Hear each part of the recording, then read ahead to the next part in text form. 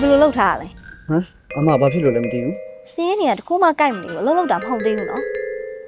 အမဒီနေ့တခုခုထူးခြားနေလို့ပဲနော်အသားကြီးကလည်းဝင်းနေတာပဲဗါတယ်အမပေါင်းတင်နေတာမ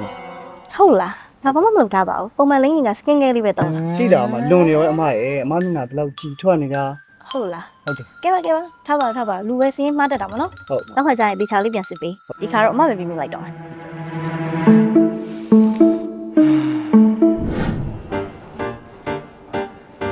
မနေခုကနိုင်ရှိပြီတဲ့အလုံးနောက်ကြဒီဒီဘာလဲ3ရက်လောက်ရှိနေပြီငါ့ကိုဘာဆင်ញင်ပေးအောင်လို့လဲအလုံးဆိုတာစိတ်တက်ရှိရတယ်ဟဲ့အခုအချိန်ကိုကြည့်အောင် အမခဏအမဒီနေ့ထူးခြားနေရအမမျက်နှာမိတ်ကလိမ့်လာမလား ဟုတ်တယ်လေမနေ့ကငါတငယ်ချင်းနေလာတော့ပေါ်လာတာ အမနေတိုင်းမိတ်ကအဲ့လိုပြင်နေတာသိလားအမနဲ့မိတ်ကနဲ့အရန်လိုက်တာ ကဲပါအဲ့ဆိုတော့လောက်တော့ဒီခါတော့ခွင့်လို့ပေးလိုက်မယ်ခါနောက်မကြစေနဲ့ ဟုတ်ကဲ့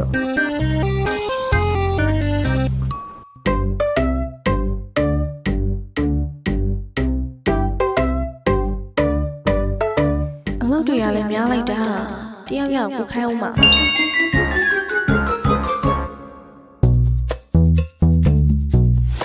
ဲ့မ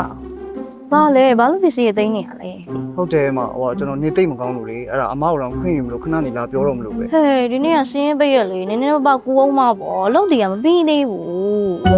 အမတခုခုတော့တခုခုပဲနော်အမဒီချက်ပိုင်းအရန်နေလှတယ်အဲ့ဘာစီစားလဲ နေရလဲမြောက်ပြန်ပြီဟုတ်လို့လား ဟုတ်တယ်ညောင်းညောင်း ကဲပါထားပါတော့ဖျားနေရဆိုလဲနားရမှာပေါ့ ဟုတ် အော်ဒါနဲ့မပြတ်ခင်စိတ်တက်တာတွေကနီယိုမီစတာကလေးလေးတောက်တော့လိုက်အောင်နော်မောင် ဟုတ်ကဲ့ပါ